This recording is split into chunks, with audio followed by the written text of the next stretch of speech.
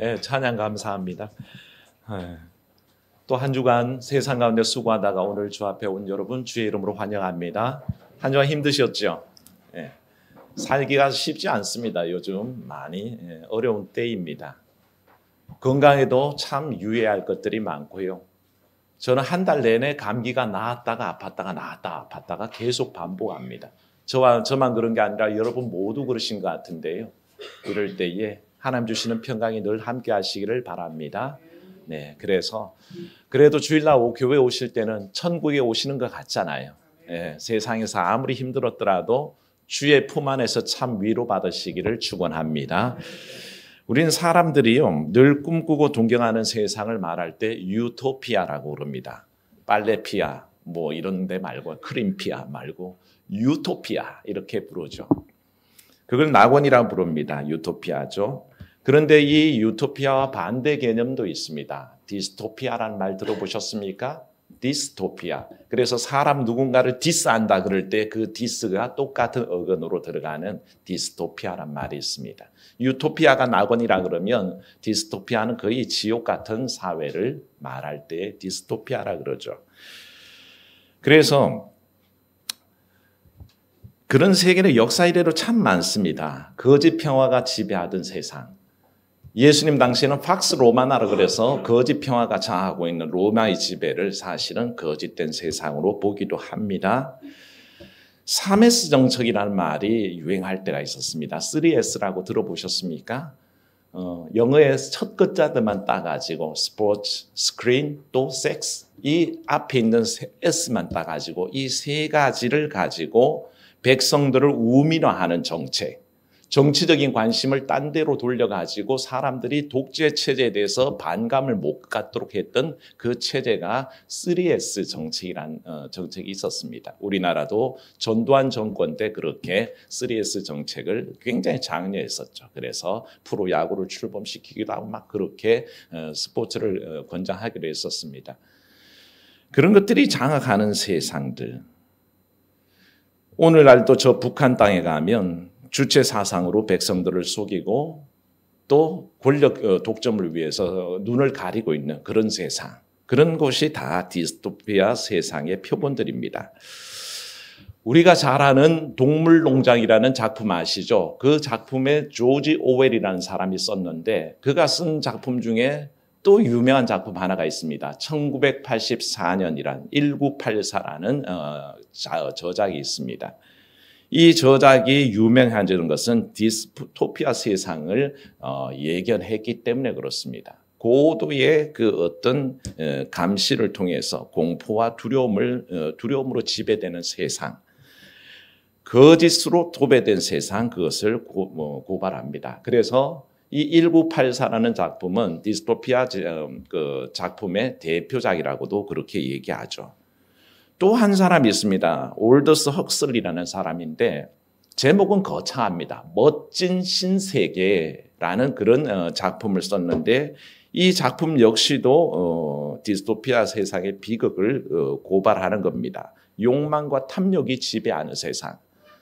이 책이 무려 1930년 그러니까 거의 100년 전에 쓰여졌는데도 미래 세계에 대해서 예측하면서 그런 아주 디스토피아의 비극을 고발하면서 쓴 책인데 내용이 참 재밌습니다. 뭐냐 하면 그때가 되면 정부가 인간의 배아, 사람을 출산하는 일을 제한한다는 겁니다. 그래서 사람들을 인위적으로 그 유리병에다 넣어서 배양해서 사람을 생산하게 되는데 이 유리병에서 이미 계급이 정해진다는 겁니다. 알파, 베타, 감마, 델타, 엡실론까지 5단계의 모든 계급들이 정해진다는 겁니다. 그래서 알파 등급의 사람들은 최상위 계층입니다.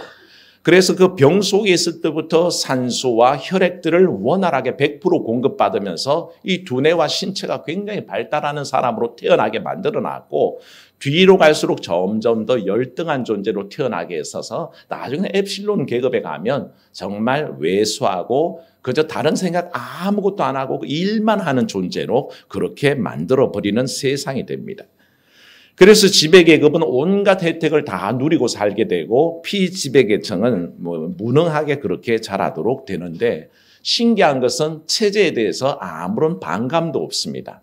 미리 세뇌가 돼 있어서 자기 계급에 만족하고 그게 전부인지 알고 행복하게 다들 지낸다는 겁니다. 그러다가 어쩌다가 일탈의 가능성이 있는 우울증이라든가 혹은 그 마음속에 분노라든가 그런 게 일어날 때쯤은 정부는 소마라는 마약을 투여하는 겁니다. 이 소마라는 마약이 들어오게 되면 사람들이 다 잊어버립니다. 그냥 행복합니다. 즐거움으로 자기의 삶이 최상이다라고 그렇게 돼가는 상황을 바꾸어버리죠. 과학과 기술이 아무리 발달했지만 탐욕과 욕망이라는 수단으로 지배되는 그 디스토피아. 정말 지옥 같은 세상인데도 사람들은 그것을 멋진 신세계라고 부르면서 그냥 그렇게 지내는 세상을 고발하는 책이 바로 그 책인데 제목이 아주 아이러니컬하고 역설적입니다. 지옥 같은 세상인데도 멋진 신세계다. 그렇게 표현하는 것이 참 재밌죠? 오늘 말씀에 보면요. 이런 디스토피아 세상을 살아가는 한 사람이 있습니다. 다른 사람들은 어떻게 사는지 모르겠지만 한 사람만은 디스토피아를 삽니다. 허상의 것들, 험한 것들이 자기를 지배하는 세상이 디스토피아라고 얘기하지 않았습니까? 그렇게 말할 때 한 귀신에 지배당한 한 인생이 있었습니다. 자기 의지대로 살지 않습니다. 완전히 귀신이 끌고 다니는 대로 그렇게 살아가는 한 사람이었습니다. 이 귀신이 자기를 지배하는 동안은 그는 세상을 온전히 볼 수도 없습니다. 온전히 들을 수도 없습니다. 마음대로 이끌고 다니면서 이 귀신이 자기를 조종하는 그 세상을 살아갑니다. 귀신요? 귀신은 사탄의 하수인입니다. 여러분 귀신이 없는 존재라고 믿지 마십시오. 귀신은 실제로 존재하는 영적 실체입니다. 그리고 조종하는 실체가 있습니다. 사탄이죠. 예뱀, 마귀. 그가 이 모든 귀신들을 다 조종하고 장악하고 있습니다. 이 사탄이 지배하는 귀신, 그 귀신이 조종하는 삶이 어떨까요? 진실될까요? 아니요, 전혀 진실되지 않습니다. 왜냐하면 그를 조종하는 사탄이란 최상위의 그 마귀가 하는 짓이 뭡니까? 한번 따라합시다. 속이는 자. 사탄은 그 태생부터 속이는 자입니다. 그래서 사람들을 속입니다. 거짓말합니다. 사람들의 영혼을 잡아먹으면서도 그 영혼을 잘되게 하는 것처럼 거짓부렁을 합니다. 그게 사탄이란 존재의 핵심이죠.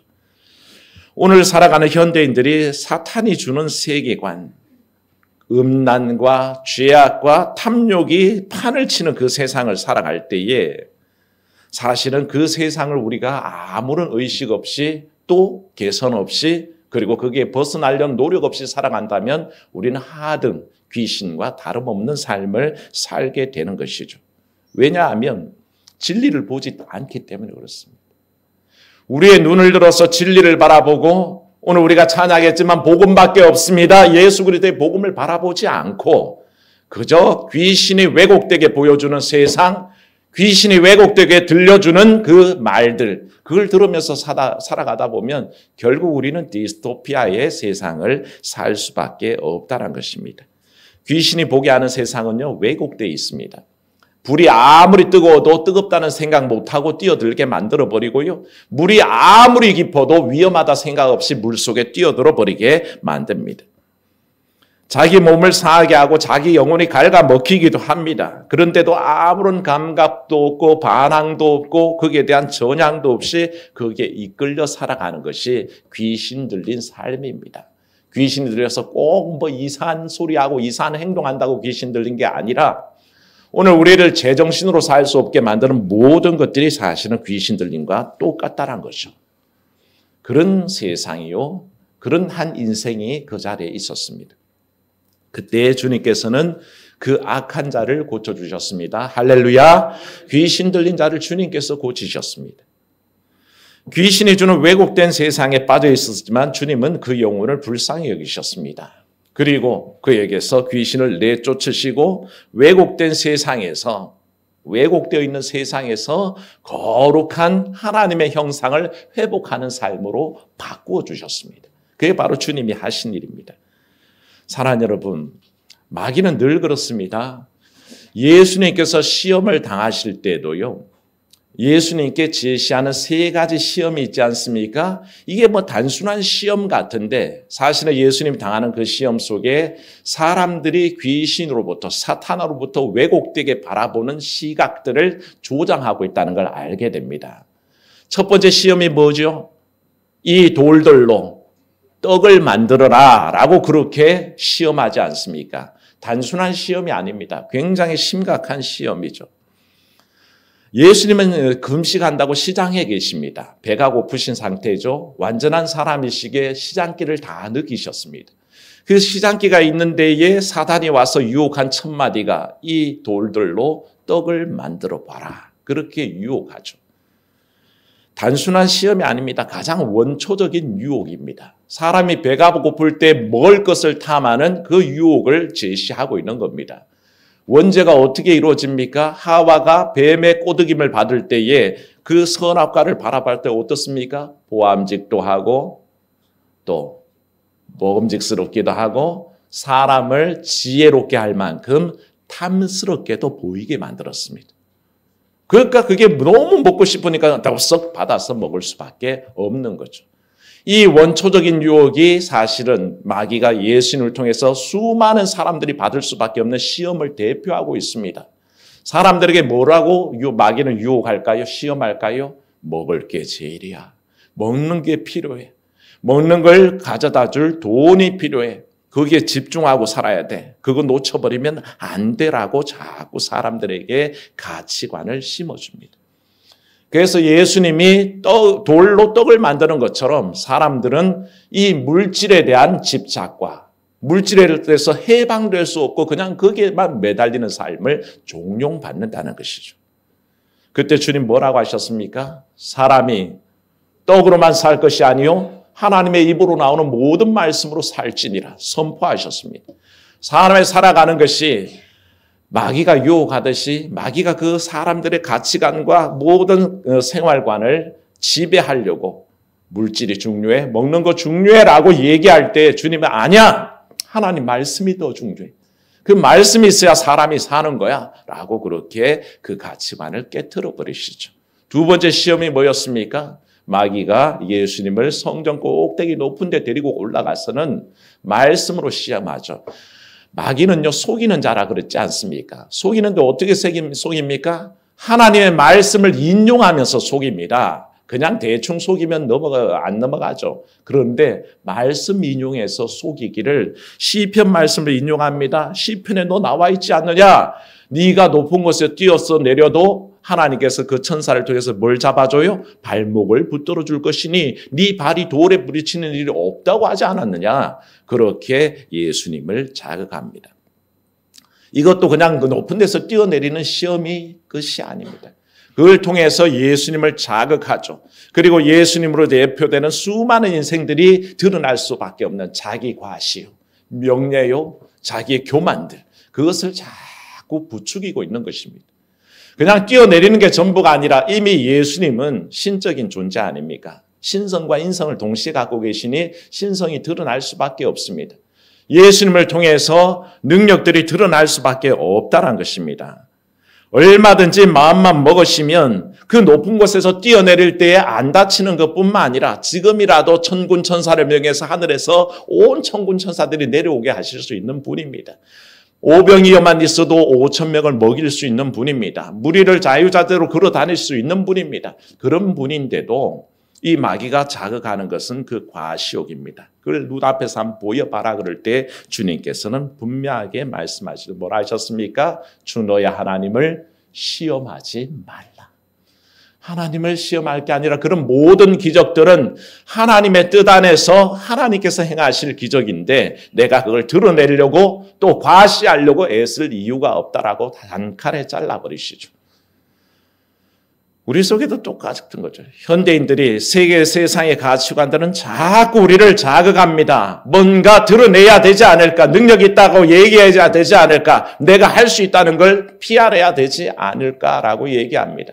그래서 돈도 승용차도 집도 자꾸 드러낼 수 있는 것으로 가려고 욕심을 냅니다만 주님께서는 그 모든 것들에 집착하는 것은 그냥 시험거리라는 것입니다. 하나님 시험하지 말아라. 그렇게 이런 자에 잘라버리셨죠. 마지막으로 뭡니까? 예수님을 높은 산에 데려가서 천하 만국과 그 영광을 다 보여줍니다. 마귀가 보여주면서 하는 말이 만일 네가 엎드려 내게 경배한다면 이 모든 것을 다 너에게 주겠다라고 얘기합니다. 마귀는 처음부터 뭐 하는 자? 속이는 자라고 하지 않습니까? 마귀는 거짓말하는 자입니다. 그가 천하만국의 영광을 다 보여주지만 그 영광은 원래 누구의 것입니까? 하나님의 것입니다. 하나님께 주권이 있고요. 하나님의 주시고 싶으면 주고 거두려면 얼마든지 거두는 겁니다. 그걸 마치 사단, 마귀 지가 간장하는 것처럼 거짓부름을 합니다. 다 보여주면서 이거 내게 경배하기만 하면 다 줄게라고 그렇게 거짓말을 치죠. 그 권능은요, 하나님이 허락하지 않으시면 허락되지 않습니다. 욥을 시험할 때 하나님이 허락하지 않으시면 욥을 시험할 수 없습니다. 그게 마귀의 한계입니다. 그런데 속이는 거죠. 세상은 우리를 속이려고 합니다. 마귀는 세상을 등지고 우리를 속이려고 합니다. 우리의 삶이 하나님도 없이 예배도 없이 주일도 없이 그냥 열심히 일하기만 하고 세상에 매몰되면 얼마든지 네가 영광을 받을 수 있어, 부자 될 수 있어, 잘 살 수 있어, 권력 있을 수 있어, 명예 가질 수 있어. 자꾸 거짓말을 합니다. 소망 울타리 아이들 앉아있지만요, 세상은 자꾸 거짓말합니다. 학교에서도 그러고 선생님들도 그러고 학원에서도 그럽니다. 너 대학이 인생의 전부야. 공부 열심히 해야 돼. 그것 때문에 네 인생이 결정나. 라고 그렇게 거짓말을 합니다. 세상이 아무리 거짓말해도요, 목사는 거짓말 못합니다. 교회는 거짓말 못합니다. 하나님을 떠나서 하나님 없이 명예 얻으려는 것은요, 마귀가 펼쳐 보여주는 세상과 같지만 절대 얻을 수 없습니다. 마귀는 거짓말합니다.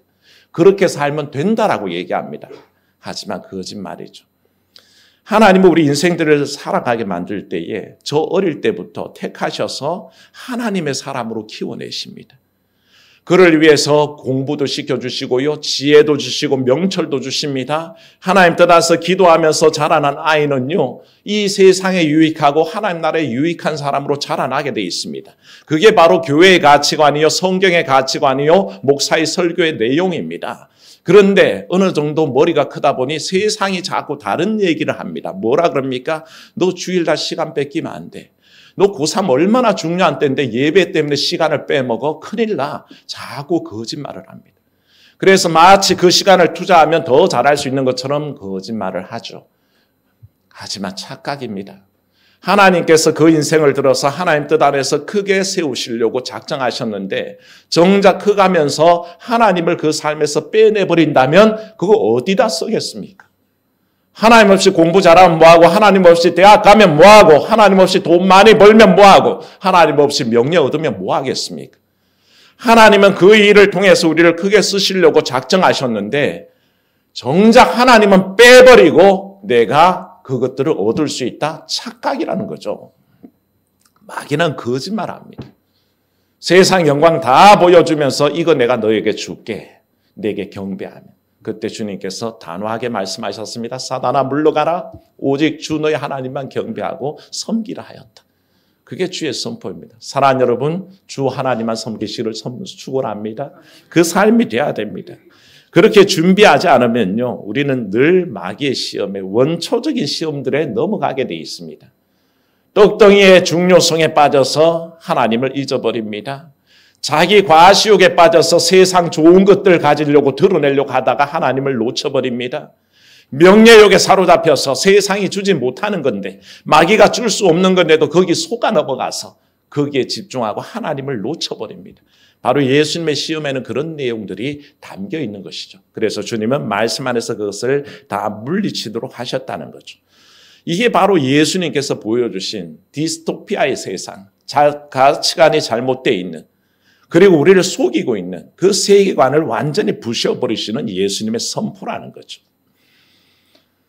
그 모든 것을 다 무너뜨리시기 위해서 오늘 말씀 속에도 주께서 한 왜곡된 삶을 살고 있는 사람, 하나님의 영이 지배하고 하나님이 주신 형상대로 살지 못하고 마귀가 들어와서 사단이 들어와서 귀신이 들어와서 마음대로 좌지우지하는 그 인생에 대해서 하나님께서는 완전히 그 귀신을 내어 쫓으셨습니다. 그리고 온전하게 거룩함을 회복하도록 인도하셨는데 우리도 똑같이 한번 생각해 봐야 합니다. 내가 세상의 가치관 혹은 마귀가 주는 가치관에 빠져 있을 때에 이것을 회복하고 내가 거룩함을 회복하는 길이 뭘까라는 고민을 해야 됩니다. 사랑하는 여러분, 그 길이 우리에게 주어졌습니다. 주 예수를 만나시기를 축원합니다. 예수 그리스도를 만나는 것이 그 유일한 길입니다. 주를 만날 때에 사실은 이 귀신 들린 자가 왜곡된 세상을 살아가던 사람이 왜곡된 귀신이 들어와서 지배하던 인생이 완전히 깨어지는 역사가 나타나는 거죠. 오직 예수님으로부터 출발합니다. 이 사람이 예수님 뭡니까? 가만히 있는데 귀신이 스스로 나가줍니까? 아니요. 귀신은 나갈 마음은 없습니다. 언제든지 그 영혼 잡아먹으려고 끝까지 그 안에 있습니다. 그럼 그 사람 스스로가 자기 속에 있는 귀신을 내어 쫓을 능력이 있을까요? 천만에 없습니다. 오직 그 일이 일어났던 것은 예수님을 만나셨을 때에 예수님이 꾸짖으시고 잠잠하라 하시고 나가라 하시니 귀신이 쫓겨나가는 역사가 있었던 거죠. 사랑하는 여러분 속에 주님 만나는 경험이 있기를 축원합니다. 우리 소망 울타리 아이들 수련회 가서 주님 만나는 경험이 있기를 축원합니다. 그게 바로 내 삶이 거룩해지는 온전한 길이란 것입니다. 주님을 만날 때 놀라운 역사가 일어납니다. 주님이 하신 일들을 볼 때 오늘 22절 말씀 보십시오. 사람들이 주님 하시는 일, 그 말씀 보고 뭐랍니까? 무사람이 그의 교훈에 논란이 그의 가르치는 것이 권위 있는 자와 같고 서기관들과 같지 않더라 그랬죠. 27절 말씀에도 보십시오. 뭐라 그랬습니까? 읽습니다. 다 놀라 서로 물어 이르되 이는 어찌미냐? 권위 있는 새 교훈들이다. 더러운 귀신들에게 명한즉 순종하는도다 하더라. 아멘. 그 역사가 일어납니다. 주께서는 왜 그렇습니까? 왜 주님 만나야 합니까? 주님은 일반 교훈과 다르다는 것입니다. 서기관들의 주고 있는 말씀이 아니란 것입니다.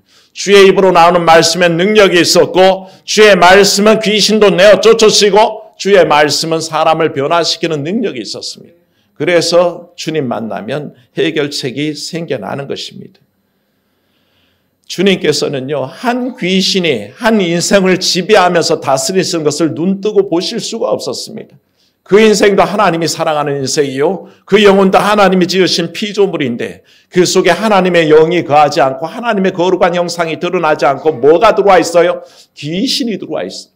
그러니까 하나님께서 주께서 그것을 볼 수가 없었습니다. 그래서 내어 쫓으시고 이 귀신의 거룩함을 귀신의 거룩함을 회복한 게 아니라 귀신 들린 사람의 잃어버린 거룩성을 회복하도록 인도하셨다는 거죠. 사랑하는 여러분, 주를 만나야 합니다. 그리스도를 영접해야 됩니다. 우리가 주님 만난 그때에 우리의 속에 있는 더러워진 것들, 왜곡되어 있는 것들, 악한 것들 다 회복되어지고 거룩함을 회복할 줄로 믿습니다. 그 일이 있어야 합니다. 모세가요, 나이 80이 됐습니다. 40년 동안 이미 광야에서 허송세월했습니다. 이제는 나는 늙고 아무것도 할 수 없는 존재라고 생각되는 그때에 호렙산 중턱에서 하나님을 만납니다. 타는 떨기나무. 그런데 떨기나무가 사라지지 않고 계속 불꽃은 나는데 그건 살아있습니다. 하도 신기해서 모세가 가까이 다가가죠. 가까이 다가갔더니 하늘에 소리가 들립니다. 네가 선 곳은 거룩한 곳이니 네 발에서 신발을 벗으라. 그 만남을 통해서 모세가 바뀌어집니다. 이전까지는 패배자처럼 40년을 허송세월했는데 하나님 앞에 딱 쓰고 보니 그는 출애굽의 영적 지도자로 바뀌어지고 하나님의 사람들을 구원해낼 놀라운 지도자로 변신하는 역사가 그때 일어났습니다. 이사야는 주님 만나기 전까지 하나님 부르시기 전까지 그냥 입술이 부정한 한 사람에 불과했습니다. 근데 하나님 부르심 앞에 딱 서자마자 하나님께서 그 입술을 정결케 하셨고 그를 불러 나를 위하여 누가 갈고 할 때는 주여 내가 여기 있나이다. 나를 보내소서. 그 결단 속에 선지자로 예언자로 세워진 것을 보죠. 사도 바울은 어떻습니까? 그는 철저하게 디스토피아 세계 바로 유대인들의 율법주의 세계에 빠져 있었습니다. 그건 사람을 올가매고 사람을 힘들게 만들고 자기들도 구원의 길로 가지 않으면서 남들 딱 앞을 가로막고 있는 세계였습니다. 완전 디스토피아의 전형적인 세계였습니다. 그 세계에 서서 사람들을 선동하고 사람들을 앞장서서 예수 믿는 자들을 잡아 죽이러 다니는 일을 했습니다. 그런데 그가 예수님을 딱 만나자 그의 디스토피아 세계의 가치관은 다 사라집니다. 그리고 율법이 사람을 구원하는 것이 아니라 무엇이 구원해요? 사랑하는 여러분, 복음이 구원하는 줄로 믿습니다. 예수께서 구원하신다는 걸 깨닫습니다. 완전히 디스토피아의 그 세계관은 다 벗어버리고 주님 영접하고 주님께서 주시는 그 이방인의 사도로서 살게 되는 것이죠. 사랑하는 여러분, 우리가 우리의 거룩성을 회복하기 위해서는 오직 주님 만나는 길밖에 없습니다. 오늘도 주님 만나는 역사가 있기를 축원합니다. 여러분들이 주님 만나야 합니다. 주님 만나야 내 삶의 가치관이 바뀌고 내 삶의 모습이 변화되고 내가 살아왔던 길에 대해서 반성하고 돌아보는 역사가 있다는 것입니다. 그러므로 사랑하는 여러분, 거룩함을 위해서, 그 거룩함의 회복을 위해서는 분별의 영을 사모하십시오. 세상은 온갖 잡다한 소리들을 내어놓습니다.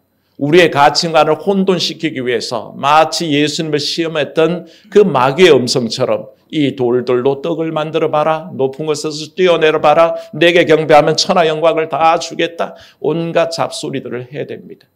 그게 예수님을 시험한 마귀만 하는 게 아니라 오늘도 이 세상 속에서 또 디스토피아의 세계관을 가진 사람들이 우리에게 끊임없이 말하고 있습니다. 그때에 옳은 소리, 하나님의 소리, 기쁜 소리, 복음의 소리 들으시기를 축원합니다. 그걸 분별할 줄 아셔야 합니다. 교회가 세상이 말하는 것과 똑같은 삶의 원리를 말한다면 경계하십시오. 목사가 설교하면서 그저 돈 많이 버는 게 은혜요, 권력 얻는 게 은혜요, 명예 얻는 게 은혜입니다라고 거짓말하면 그 목사를 경계하십시오. 그게 길이 없습니다. 그건 잘못된 얘기입니다. 교회가 세상이 말하는 똑같은 논리를 얘기한다는 것은 잘못되어 있습니다. 돈이며 권력이며 명예가 인생의 수단은 될 수 있으나 궁극적인 목적도 아니요 목표도 아닙니다. 우리에게 주어진 목표는 오직 예수, 우리에게 주어진 목표는 오직 하나님 나라, 이것을 믿습니다. 바로 그 길을 향해서 제시하고 그 길을 이끌어가는 게 교회예요. 그 길이 바로 우리가 가야 할 길이란 거죠. 소마울타리 여러분들도 어린 나이에 마음속에 주의 부르심을 입으시고 그 소리들을 분별하십시오. 세상의 학교가 학원이 일부 학부모가 그렇게 말하더라도 교회는 절대로 그렇게 말하지 않을 겁니다. 어떤 목사님, 전도사님들도 그렇게 말하지 않을 겁니다. 네 인생이 공부에만 달려서 말하는 교회는 잘못된 교회입니다. 네 인생이 공부에만 달려서 말하는 목사님 잘못된 목사님입니다. 아니요. 주 안에서. 하나님 나를 주 안에서 온전하게 세우기 위한 계획이 있으시다는 걸 믿고 온전히 헌신하고 그리고 주어진 시간에 열심히 공부하고 또 내가 하나님 앞에 예배할 때 예배하고 기도할 때 기도하고 찬양 드릴 때 찬양하면 그것이 내 삶을 온전하게 이끌어 간다는 겁니다. 그게 진리입니다. 그걸 벗어난 말들은 다 거짓말입니다. 우리에게 주신 하나님의 뜻은 귀신과 같이 우리를 올가매고 있는 권력욕, 명예욕, 물질욕에서 벗어나서 참된 하나님의 사람으로 서는 겁니다. 그걸 하나님께서 우리에게 원하시는 바요. 그걸 위해서 복음의 세계로 이끌어 가시는 거죠. 요즘 제가 세터민들 간증을 쭉 이렇게 들어봅니다. 탈북자들의 증언을 들어보면요. 그들이 살던 저 북한 땅에서 그들이 살고 있는 세계가 사회주의 유토피아라고 착각하며 세뇌당해서 살았습니다. 그들 속에 그들만의 멋진 신세계라고 믿고 살았습니다. 그런데 어느 날 탈북에서 딱 인천공항에 딱 들어오는 순간에 너무너무 억울하고 너무너무 분하고 너무너무 눈물 난답니다. 어떤 사람은 30년, 어떤 사람은 50년, 어떤 사람은 60, 70년 속고만 살아서 마치 북한 그 세계가 김정은이가 지배하고 김일성 일가가 지배했던 그 세계가 유토피아인지 알고 살았다가 남한의 공항만 딱 들어와보니 이건 별천지라는 겁니다. 아니요, 이미 공항에 내리기 전에 이렇게 하늘에서 내려다봤는데 저 북쪽은 깜깜절벽인데 남한의 그 서울 상공은 휘황찬란하다는 것입니다. 자기들은 전기 한 톨을 얻을 수가 없는데 남한에는 저렇게 아무도 안 다니는 새벽 시간에, 비행기가 새벽 시간에 주로 내리잖아요. 그 캄캄한 때에 휘황찬란하게 불을 밝혀놓은 걸 보고 그제서야 속았다는 걸 깨닫는다는 겁니다. 가슴을 치며 한탄하는 거죠. 사랑하는 여러분, 지지리도 못 살고 밥 굶기를 남한 사람들 밥 먹기처럼 하는 그들이 속아 살았습니다. 거짓과 허상으로 살았고 주체사상, 사회주의 사상 거기에 헛되게 속아 살다가 어느 날 눈이 떠이고 보니 그들의 살았던 세상이 멋진 신세가가 아니라 지옥이었다는 것을 깨닫게 되는 거죠. 사랑하는 여러분, 주 안에서 복음 안에서 능력 안에서 눈을 뜨시기를 바랍니다. 세상은 우리를 속여서 세상에 온갖 가치관이 지배하고 탐욕과 물욕과 죄악으로 이끌어가는 그 세상이 멋진 신세계라고 거짓 증언하지만 어느 날 우리가 성령 안에서 눈을 뜨고 보면 그거 다 거짓말이라는 것을 알게 됩니다.